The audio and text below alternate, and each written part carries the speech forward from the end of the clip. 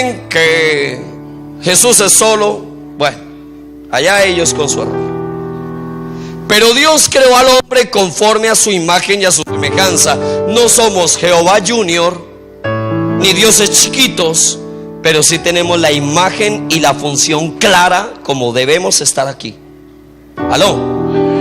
Imagen y semejanza que no proviene de la creación, porque Dios sacó al hombre del polvo de la tierra, pero el hombre fue hombre solo por el aliento de la boca de Dios, no más. Luego, los que creen en la propuesta de la teoría de la evolución del doctor Charles Darwin, deberían entonces cambiar el Padre Nuestro, ¿cierto, amor?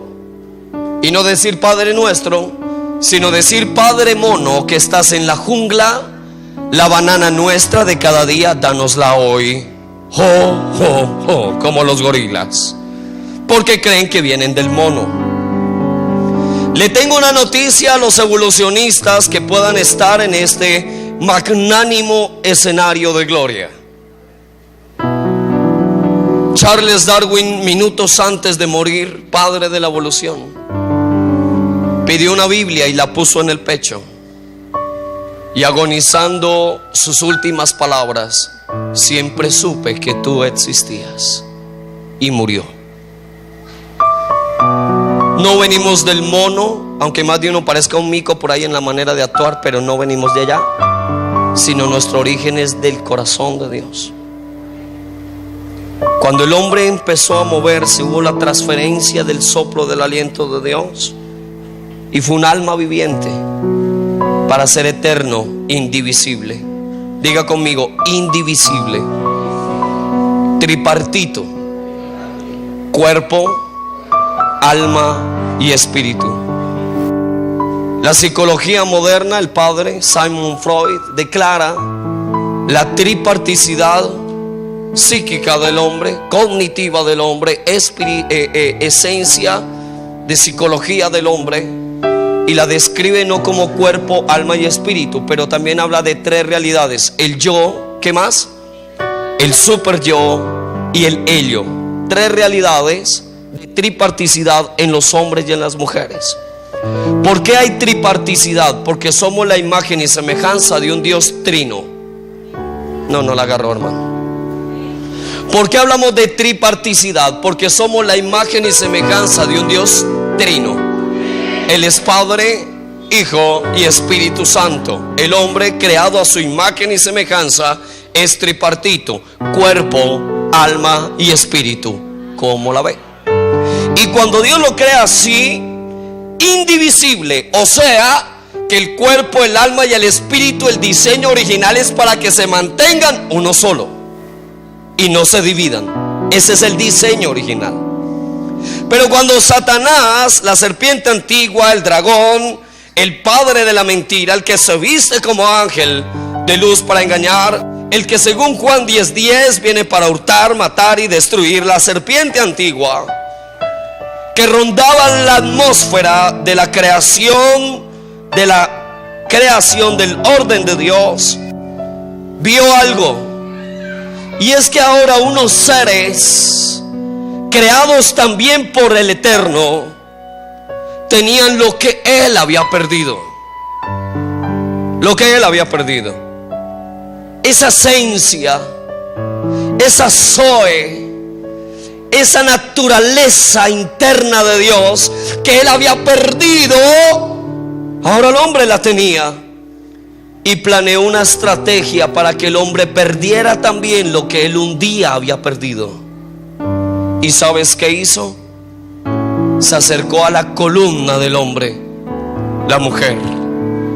Entonces Adán, Eva son la misma humanidad, pero en el relato bíblico de la historia se convierten en la primicia de toda la humanidad, a la que Dios abrió un huerto especial y allá los colocó, a la primicia.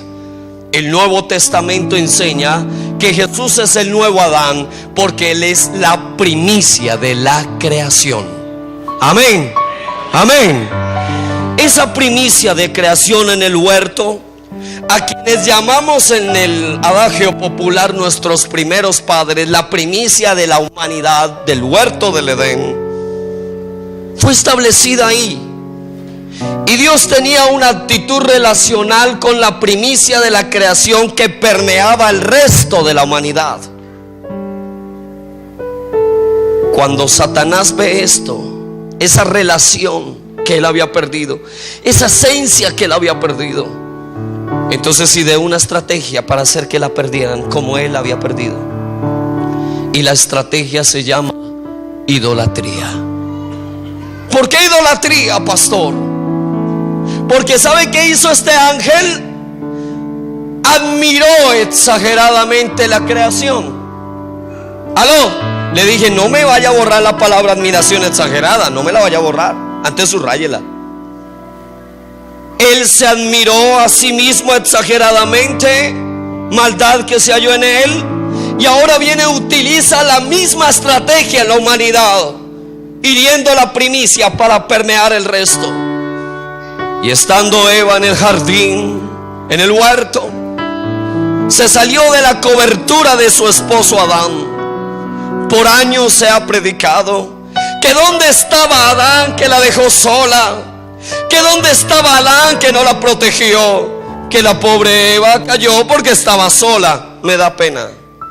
Pero ella se fue alejando cada vez más, según el rastreo bíblico, de la cobertura de su esposo, de la cobertura de Adán, del varón. Y cuando estaba cada vez más lejos de la cobertura, escuchó una voz que le decía: Eva. Ay, ¿quién es? Acércate, Eva. Ven, ven, ven. ¡Pum! Una serpiente hablando así. ¡Ay, wow! ¿Y cómo habla de bonito? Ojo, hermanas, con escuchar una voz diferente a la voz del Señor y una voz diferente a la voz de su esposo. Cuidado. Eva, acércate. Hasta que ella se acercó. Y este ángel caído, que la Biblia toma la figura de la serpiente por su encanto y astucia y rapidez, le habla y le dice: ¿con que Dios te ha dicho que no comas del fruto de ese árbol? Sí, el Señor nos dijo que no, que de todo podíamos comer menos de ese.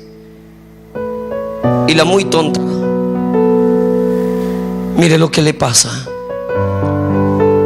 Es que Dios sabe que el día que comas de ese fruto serás como Dios. Admiración exagerada. Y qué tonta esta mujer, que no se daba cuenta que había sido creada conforme a la imagen y a la semejanza de Dios. Hola. Y vienen y le ofrecen algo que ella ya tenía, porque ya lo tenía. Amén o no amén. No lo tenía, no era imagen, no era semejanza de Dios. Y el diablo viene y le dice: serás como Dios. Y la otra boba: ay, tan bueno, cuando esa ya era su esencia. ¿Qué te ofrece el diablo que ya Dios no te lo haya entregado? No te embobes con él. Y ella queriendo ser como Dios cuando ya era como Dios. Tenía su esencia, su soplo, su aliento. Llega y toma del fruto del árbol según la literatura bíblica. Come, y a lo que apunta la Biblia no es a una fruta como tal, sino al acto de la desobediencia, que fue el pecado en realidad, el origen del pecado. Y no contenta con lo que hace, se va para donde su esposo y le dice: papi, mira, esta fruta de ese árbol, el Señor había dicho que el día que comiera de él me moriría. Y mira, ya probé y estoy más viva que nunca, papito. Míreme, no me he muerto. Cómete un pedacito. Y yo entiendo al pobre Adán. ¿Usted se imagina cómo era la primera? Si ustedes son lindas vestidas, imagínense la primera sin un trapito encima. y con una manzanota en la mano y caminando aquí así, tiquiti, taquete, tiquiti. ¿Quién no le pega un mordisco? Cualquiera. Pobre Adán. Pero la pobreza del tonto Adán es que le habían mandado a gobernar y no dominó. Era para que le hubiera dicho: suelte, mamita, caca, caca, bote eso, pidamos perdón, ¿qué has hecho, esposa mía? Más aún llega y muerde, y caen los dos en la estrategia. Cuando ellos probaron la desobediencia, salió la vida sobre de ellos inmediatamente y se hallaron desnudos. Amén. Desnudos se hallaron. ¿Cuál es la desnudez? ¿La del cuerpo? No. Salieron de la cobertura del Eterno. Se hallaron desprotegidos, solos, desnudos. Cuando el Eterno ve esto, llama al varón. Después llama a la mujer y vienen las excusas. El varón a la mujer a la serpiente. Es que la mujer que me diste, o sea, Dios, tú tienes la culpa por haberme dado esa belleza. Y la mujer: no, es que la serpiente. Y la serpiente, si no, ya no tenía quien echarle la culpa, y fue la que más llevó del culto, mano. Esa miró a ver a quién le... y no había nadie. Pero lo que más me aterra del relato, y a lo que quiero apuntar, es que la admiración exagerada, idolatría de la eternidad pasó a la tierra. Y esa admiración exagerada hizo que perdiera la vida Zoe, la vida de Dios, la eternidad. Y lo que fue creado indivisible por el pecado se hizo divisible. Escuche, lo que fue creado indivisible por el pecado se hizo divisible. Porque la paga del pecado, duro, la paga del pecado es muerte. ¿Por qué dice usted que divisible? Porque en el griego la palabra muerte se pronuncia thanatos, división. Y solo cuando el hombre muere se divide, porque el cuerpo, el alma y el espíritu se dividen el día de la muerte. ¿Lo sabía? Al menos el cuerpo, ¿para dónde va? Para el mismo lugar donde va el alma y el espíritu. El cuerpo a la tierra, el alma a esperar el juicio, porque el alma es la que será enjuiciada, y el espíritu vuelve a Dios inmediatamente. División por el pecado. Lo indivisible por el pecado se hizo lo indivisible por el pecado se hizo divisible. Salen expulsados. Ahora, por favor, subráyeme la palabra expulsión. No la borre. Salen expulsados. ¿Por qué salen expulsados? ¿Porque Dios era malo, castigador? Salieron expulsados por su propio bien. ¿Por qué por su propio bien? Porque junto al árbol de la ciencia del bien y del mal estaba el otro, el árbol de la vida. Y si ellos hubiesen tomado del fruto de la vida en su estado pecaminoso, para siempre la humanidad hubiera estado en ese estado. Nada se hubiera podido hacer. Dios los aparta por su bien. Lo triste de la historia no está solamente ahí, sino en el detalle que la Biblia no registra, ni aun la historia hebrea registra, que Adán y Eva, la humanidad, haya ofrendado o al menos pedido perdón por lo que hicieron. Nunca se arrepintieron. Más aún Dios, el Eterno, por amor a su creación, no quita la vista de ellos y los cubre con piel. ¿Estamos de acuerdo? Los cubre con piel. ¿Qué se llama eso en teología? Se llama teofanía. Cristo en el Antiguo Testamento, desde el Génesis, ya se dejaba ver, porque un inocente derramó sangre para cubrirle la desnudez al transgresor en Génesis. Era el plan de Dios, teofanía, porque al pasar de los años, en tiempos postreros, un inocente derramaría su sangre para redimir a todo el género pecador. Cristo en el Antiguo Testamento. Ellos salen bajo la mirada de Dios. Capítulo 4 de Génesis, versículo 1. Dios crea la sexualidad. Y dice la palabra de Dios: y conoció Adán a su mujer Eva, la cual concibió y dio a luz a Caín, y dijo: por voluntad de Jehová he adquirido varón. Más tarde dio a luz a Abel, y Abel era pastor de ovejas, y Caín labraba la tierra. Génesis capítulo 4, versículo 1 y siguientes. Conocer, del griego ginosco, relación íntima. Eva queda embarazada, y al quedar embarazada nace Caín, un muchacho que fue arbitrario, que fue incomprendido, que fue rechazado, al cual un día mi esposa, para predicar en un congreso, y estos derechos de autor no se los voy a robar, predicaba algo que a mí me sorprendió. Un día ella en su devocional le dijo al Señor: ¿por qué el comportamiento de Caín? Y el Señor le hace entender que Caín fue engendrado en el peor momento de la relación de Adán y de Eva. Cuando Caín estaba formándose en el vientre materno, papá le decía a su mujer: por culpa tuya me toca trabajar, por culpa tuya hemos sido expulsados de aquí, por culpa tuya ahora hubo un desequilibrio tan grande que mi trabajo fue aumentado. Relación de pareja normal. Pero Eva tenía en la mente algo, y es que el cambio hormonal, el cambio físico del cuerpo, la expansión de la tela que es la piel, el ensanchamiento de sus huesos, le recordaban día tras día esta palabra: con dolor parirás a tus hijos. El primer embarazo es tan tenaz que aunque tu esposo te consienta, tú vas a tener un gran temor porque sabes que te va a doler. De eso muchas se han muerto, y es la esencia natural de la mujer desde el Génesis. Cuando mi esposa hablaba de cambios hormonales, la ciencia genética, la ciencia médica unida a la Biblia, me dejaba aterrado porque ella es profesional de la salud.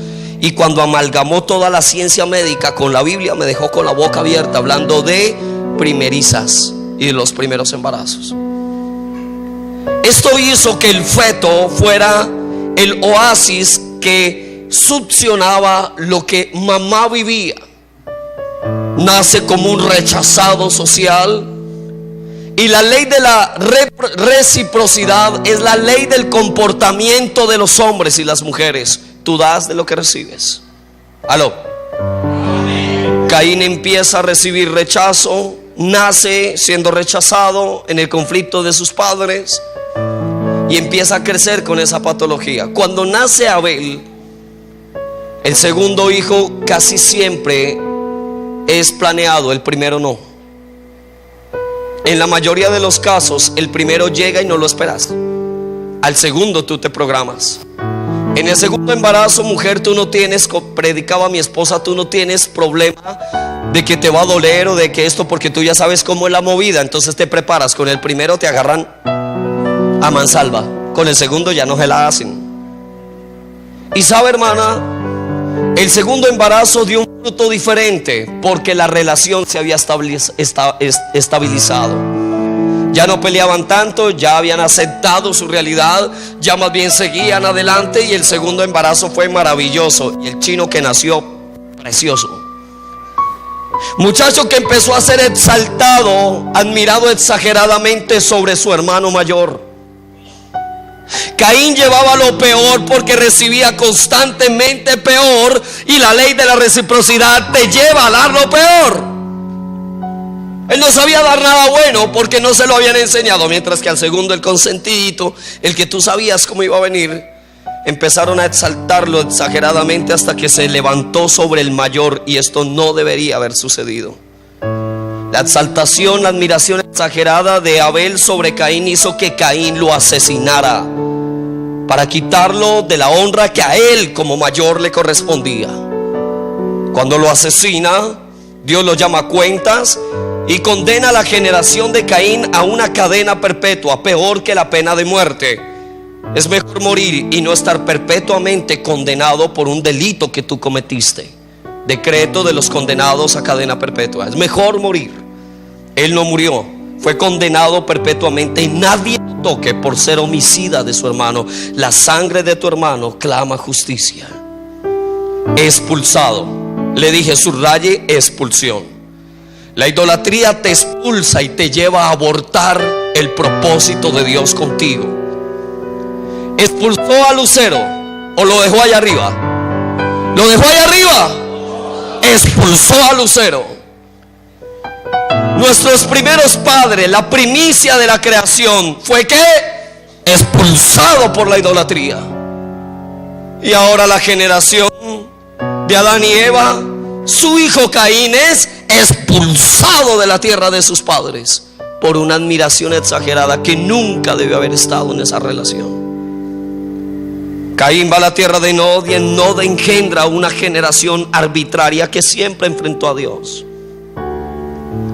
Al punto que después dice la Biblia en capítulo 4 versículo 25 de Génesis: y conoció de nuevo a Adán a su mujer Eva, y ella concibió y dio a luz a Seth, y dijo: el Señor me ha sustituido al hijo que Caín su hermano asesinó. Génesis 4:25. Y Caín y Seth y su generación empezaron a invocar el nombre de Jehová. Entonces esto me muestra que en el capítulo 4, por la invocación de la generación de Seth, el género humano se dividió. Una generación maldita y arbitraria, la de Caín.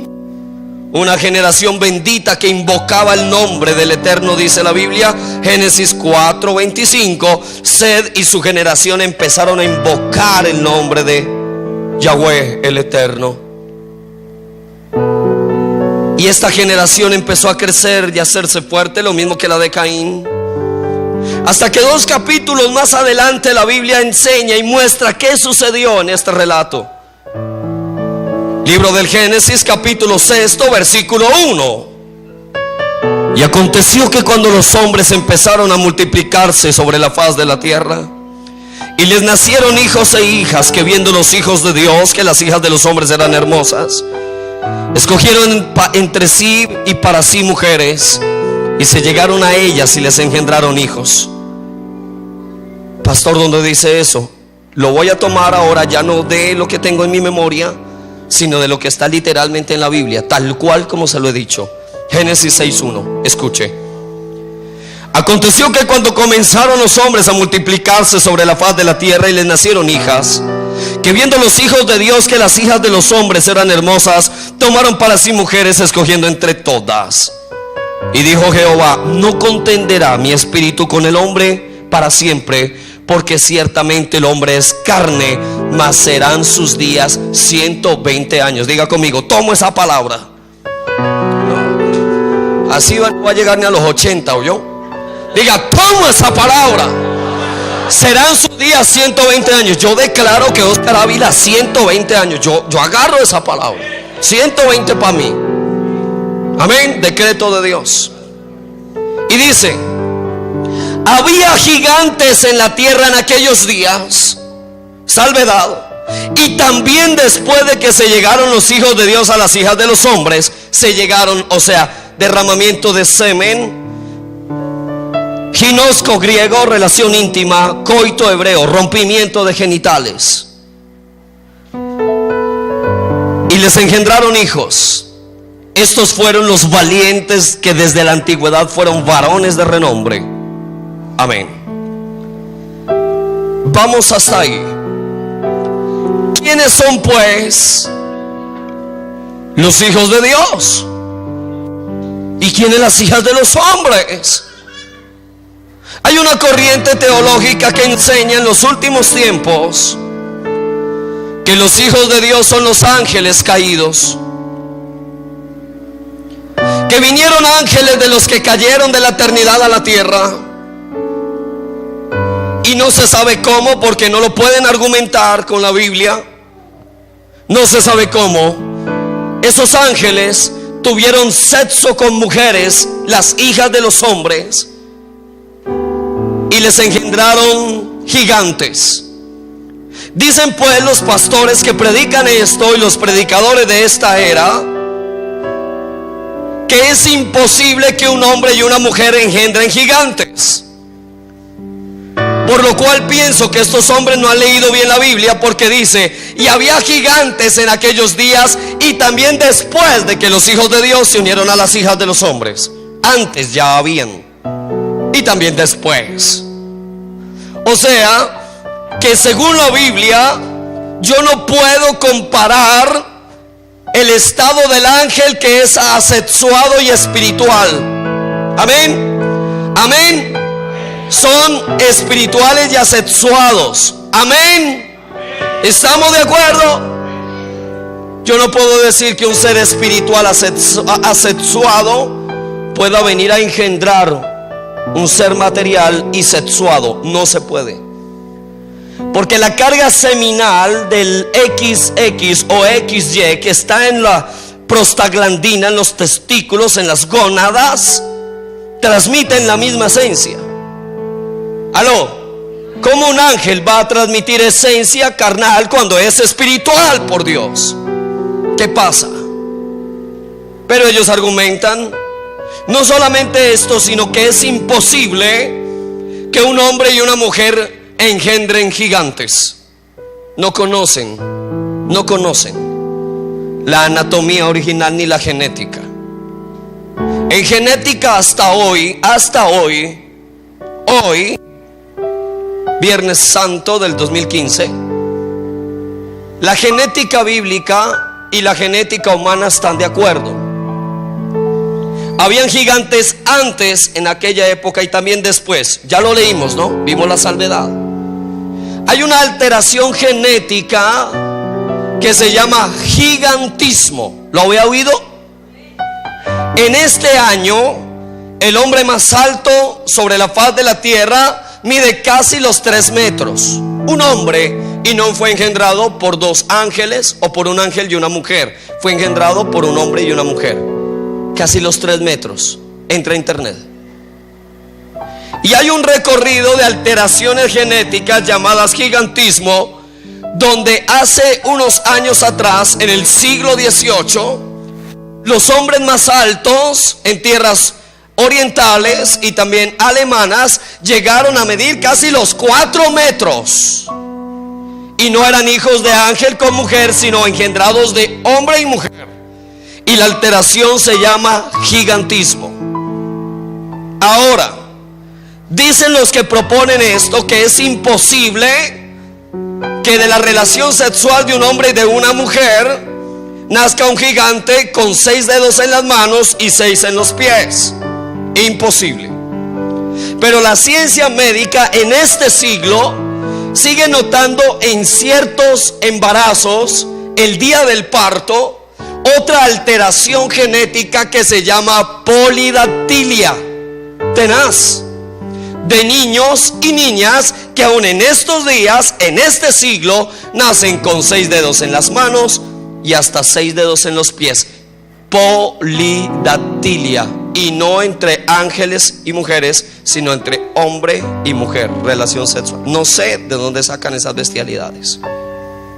Si alguien viene y dice que un ángel puede engendrar siendo espiritual en una mujer carnal, estarían poniendo a los ángeles al nivel del Espíritu Santo de Dios. Porque el único ser espiritual que se encarnó sin relación sexual en una mujer fue el Señor Jesucristo. Y a Él la gloria por los siglos. Y como Él no hubo ni habrá jamás otro en la historia. ¡Aleluya! Gloria al nombre de mi Dios. Ahora, y en el capítulo 6, versículos 6 al 8. Capítulo 6, versículos 6 al 8. Dice que la maldad empezó a multiplicarse entre los hombres. Pero pastor, entonces, ¿quiénes son los hijos de Dios? A quienes la Biblia llama hijos de Dios son la generación del tercer hijo de Adán y Eva, que invocaron el nombre directo del Eterno. Génesis 4, 25. Set, el tercero, y su generación. Y las hijas de los hombres, ¿quién es? La generación de Caín,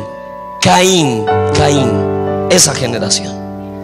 Cuando se unieron, cuando se relacionaron, vino una alteración genética y habían gigantes después de esa mezcla. Otra vez, antes y después. ¿Aló?